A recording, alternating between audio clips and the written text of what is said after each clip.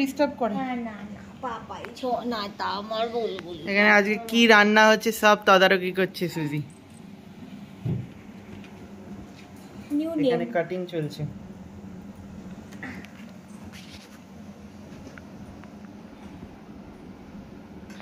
Decoration half complete, half হয়ে রয়েছে, আর যেটা করা হয়েছিল সেটা পড়ে গেছে।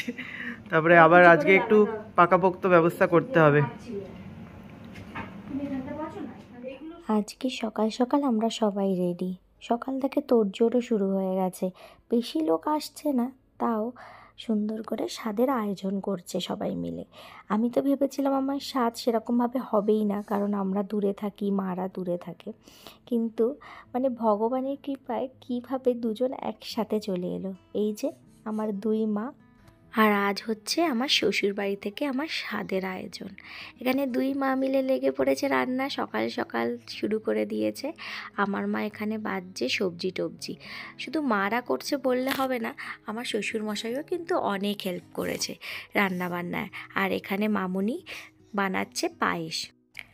এ বাড়ির একটা নিয়ম রয়েছে, পায়েসের মধ্যে না চুষি বানিয়ে দিতে হবে, এইটাই খাওয়া হয় এই স্বাদের সময়। তাই এখানে রেডি করে নেওয়া হয়েছে।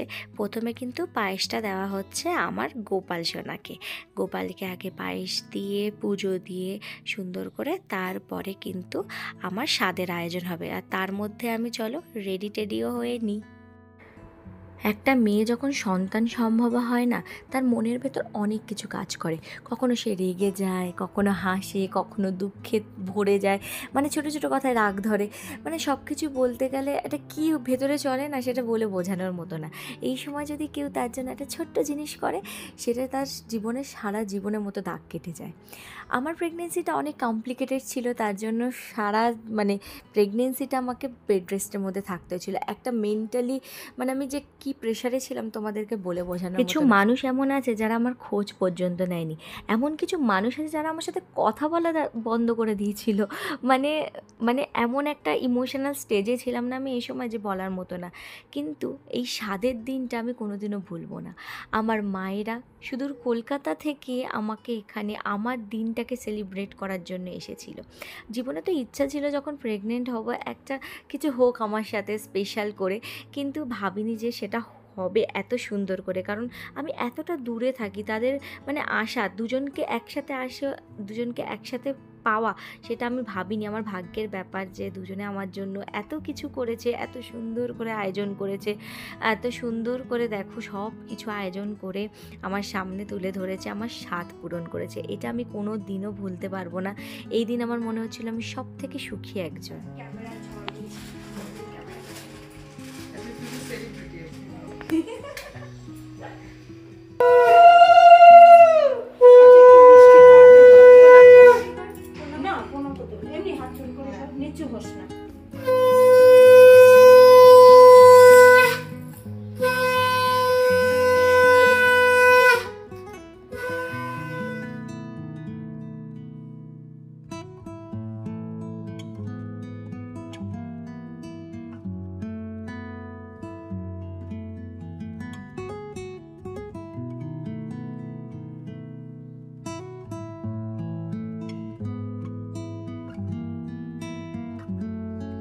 সবাই আমাকে আশীর্বাদ করেছিল, আমার ছোট্ট সোনাকে আশীর্বাদ করেছিল, মিষ্টি খাইয়েছিল, অনেক গিফটও পেয়েছিলাম। আর আমার পাশে এই ছোট্ট সোনাটাকে দেখতে পাচ্ছ, এই হচ্ছে আমাদের নেবার।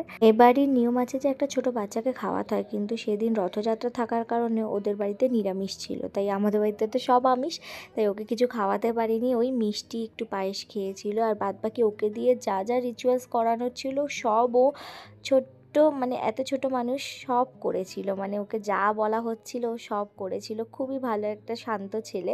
এরপর আমাদের একটা ছোট রিচুয়ালস ছিল, সেটা হচ্ছে নোড়া তোলা না প্রদীপ তোলা। তো তোমরা দেখো আমি কি তুলেছিলাম। Ready steady go. কি করে ঝুঁকবে? হ্যাঁ ঠিক আছে।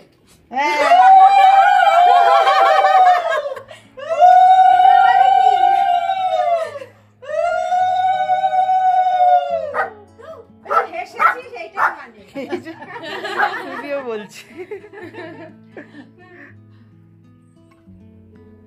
আরেকটা কোথায়? আরেকটা তুলতে হবে। এটাই ফাইনাল, এটা আসছে। আচ্ছা কি কি তো ও তুই তুলিস না, আমি যাচ্ছি। এই দে, ও আচ্ছা এই দুটো ফটো তুলে না। কি হয়েছে রে? কি হয়েছে? ঠিক আছে সুজি অল ওকে হ্যাঁ, অল গুড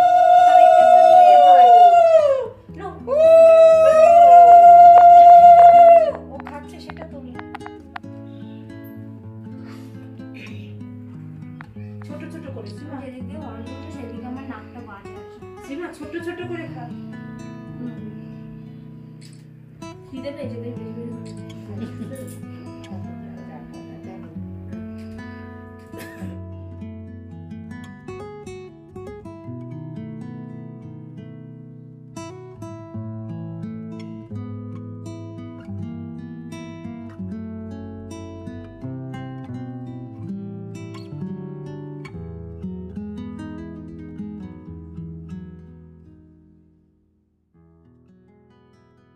তো আমি সন্ধ্যাবেলা অলরেডি রেডি হয়ে গেছি। সকাল থেকে আমি কথা বলার একদমই টাইম পাইনি। তো এখন জাস্ট একটা সুন্দর একটা ড্রেস পরেছি, অন্যরকম একটু সেরেছি ওয়েস্টার্ন টাইপের। তো চলো কিছু বন্ধুরা আসবে, তাদের সাথে একটুখানি ওই গেট টুগেদার। দুপুরে সাত খাওয়ার পর আয়োজন হয়েছিল সন্ধ্যেবেলা একটা গেট টুগেদার পার্টির মতো, মানে ওই বেবি শাওয়ার পার্টি যেটাকে বলে। আর আমার এখানে গুটি কয়েক বন্ধু রয়েছে, তাদেরকেই ডাকা হয়েছিল। ব্যাঙ্গালোরে তো সেরকম কেউই নেই, যে কজন ছিল তাদেরকেই ডাকা হয়েছিল। আর আমার এই বান্ধবীটা কি সুন্দর আমার জন্য একটা কেক নিয়ে এসেছিল। আর এখানে আমি সবাইকে জিজ্ঞেস করছিলাম যে তোমাদের কি মনে হয় ছেলে হবে না মেয়ে হবে, তো ওটাই বলছিল। আর আমি এখানে ক্যাপচার করছিলাম সেই ভিডিওটা।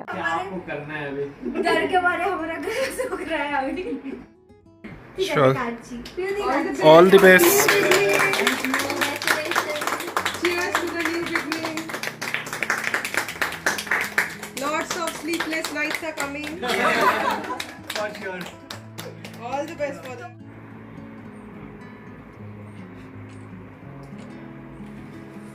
I think we got this from there. क्या एक्सपीरियंस रहता है यार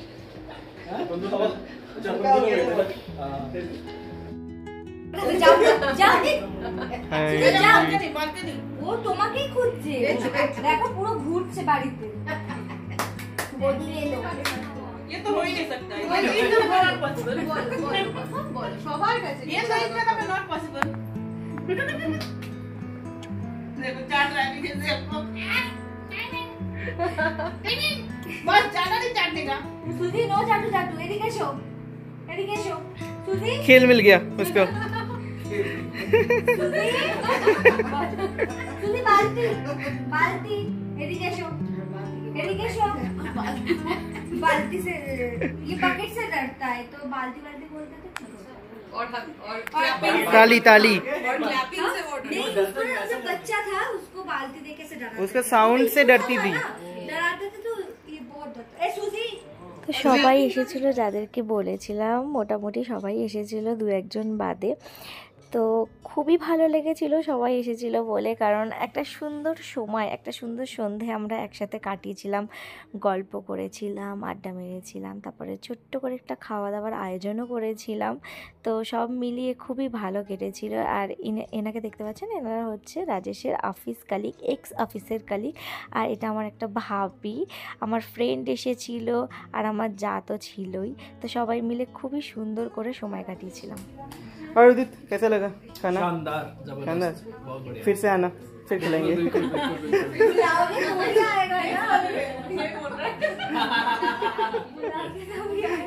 सही बोल रहे हो अभी। बुलाने की क्या जरूरत? नेक्स्ट वाले। हाँ एकदम एकदम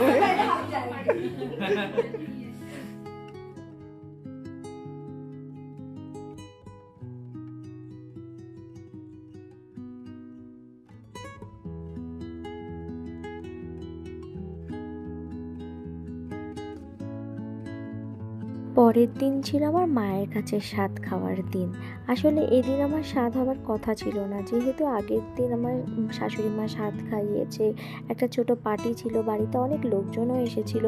একটু হলেও দুর্বল ফিল হচ্ছিল, কাহিল লাগছিল। তো মাকে বলেই শুয়েছিলাম যে দুদিন পরে স্বাদের আয়োজনটা তুমি করো। কিন্তু সকালে উঠে কি জানি কি মনে হলো, মাকে বললাম আজকেই তুমি আমাকে স্বাদ দিয়ে দাও, কারণ সেই তো ঘরটার সাজানো আছে, একটুখানি রান্না করে দিলেই হয়ে যাবে। হয়তো আমি নয়, আমার বেবি চাইছিল যে মায়ের সাথে স্বাদ খেয়েই বাইরে আসুক। তো যথারীতি মা সব রান্না করে। আর এখানে আমার না পুরো প্রেগনেন্সিতে চিংড়ি মাছের মালাইকারি খাওয়ার খুব ইচ্ছা হয়েছিল, কিন্তু আমি খেয়ে উঠতে পারিনি। আর মায়ের হাতের খাবার তো প্রবল ইচ্ছা করছিল। তো মা যেহেতু এখানে ছিল, আমি মাকে বলেই রেখেছিলাম আমার স্বাদে তুমি অবশ্যই চিংড়ি মাছের মালাইকারিটা করো। তো মা সব রান্না করে রেডি করে রেখেছিল, সুন্দর করে সাজিয়ে দিয়েছিল। আমাকে সবাই আশীর্বাদ করলো, আমার সন্তানের মঙ্গল কামনা করলো যে যেন তাড়াতাড়ি সুস্থভাবে চলে আসে পৃথিবীতে। খাওয়া দাওয়াও হলো, আমার স্বাদ পূরণও হলো, আমার চিংড়ি মাছের মালাইকারি খাওয়াও হলো। মানে সব মিলিয়ে খুব ভালোভাবেই কেটেছিল। সব কিছু হতে হতে বেশ সন্ধে হয়ে গেছিলো এবং আমার বেবি আর দর্শন দিতে পারেনি, পরের দিনই আমার কাছে চলে আসে। অ্যাকচুয়ালি আমি মানে 9 মাসের স্বাদের জন্য, নট 9 মাসের স্বাদ, যেহেতু আমাদের শ্বশুরবাড়িতে 7 মাসের স্বাদ নেই, 9 মাসের স্বাদের জন্যই আমি অধীর আগ্রহে ছিলাম।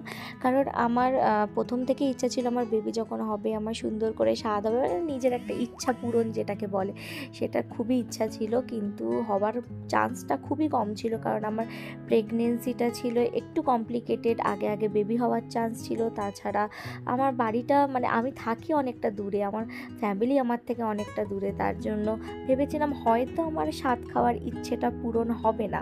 কিন্তু মানে ভগবানের কৃপায় আর আমার সন্তানের মানে এত ইচ্ছা ছিল আমার মায়েদের হাতে স্বাদ খাওয়ার।